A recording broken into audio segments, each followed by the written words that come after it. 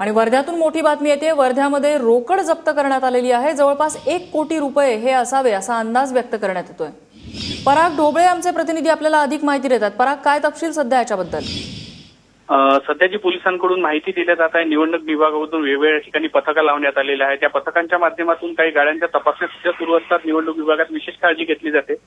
आजही अशा प्रकारे एक स्टॅटिक टीम आहे जी सेंदीविहिरी या भागात हिंगणी परिसरात होती। तिथे त्यांनी एका गाडीला थांबवलं। त्या गाडीमध्ये त्या गाडीत इतर साहित्य होतं, त्यासोबत एक पोतं होतं। त्या पोत्यामध्ये जवळपास 2000च्या, 100च्या, नवीनवाल्या 500च्या, नवीन 2000च्या अशा नोटांचा एक पूर्ण पोतं भरून होतं। त्यामध्ये 1 कोटीच्या घरात ही रक्कम असल्याचं बोललं जात आहे।